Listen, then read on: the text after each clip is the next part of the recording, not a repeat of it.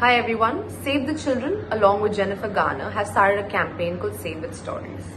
So basically, all you have to do is listen to the story and go to the link below and contribute and donate because we are trying to help children who are affected by COVID-19.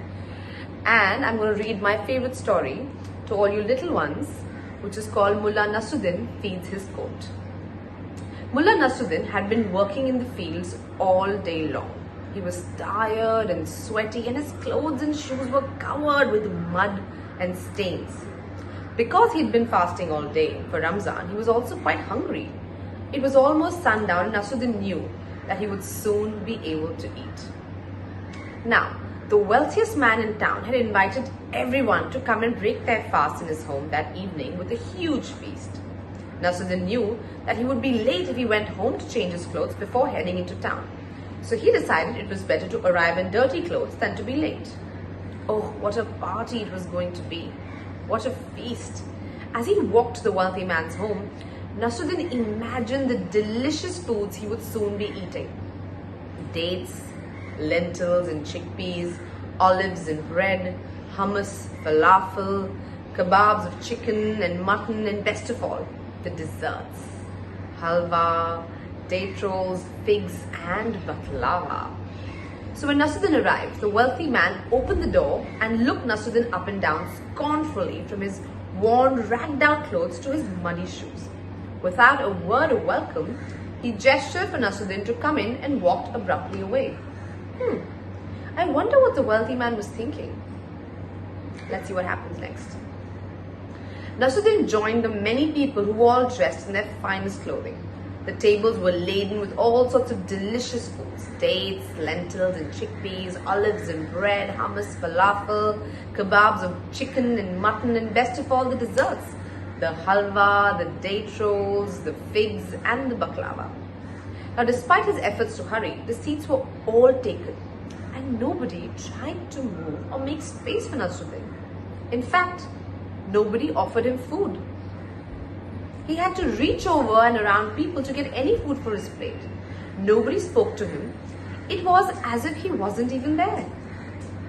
I wonder how Nasruddin was feeling about this. Well, the other guests ignored him so completely that Nasruddin could not enjoy the food on his plate, no matter how finely prepared and how tasty it was. In fact, after only a few bites, Nasruddin was so uncomfortable that he decided to leave. He went home and changed his clothes.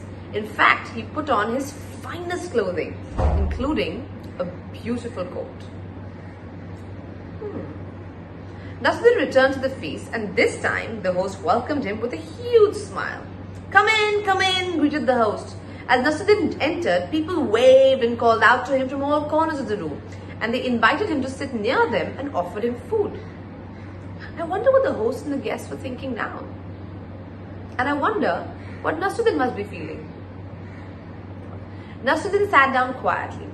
Picking up a plump fig, he carefully placed it onto a coat pocket, saying, "Eat, coat, eat." Then he took a handful of nuts and put them in the other pocket, saying, "Eat, coat, eat." Now he began to feed his coat in earnest, grabbing all sorts of food and saying, "Eat, coat, eat." So he fed the coat lentils and chickpeas and olives and bread and hummus, falafel, kebabs of chicken and mutton, and best of all, the desserts: the halwa, date rolls, figs and the baklava. Nasruddin became silent as they watched this strange behavior. Soon everyone in the room was staring at Nasruddin, wondering what he was doing. The host hurried over. "Nasruddin, what are you doing? Why are you feeding your coat in this manner, man?" "Well," Nasruddin replied, "when I first came to this feast in my old farming clothes, I was not welcome. No one would speak to me. But when I changed into this beautiful coat, suddenly I was greeted warmly. So I realized it was not me that was welcome at this party, but my clothing. And so I'm feeding my coat."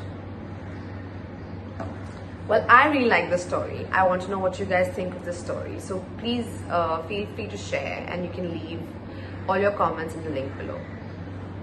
Lots of love, all of you guys. Stay safe, stay home.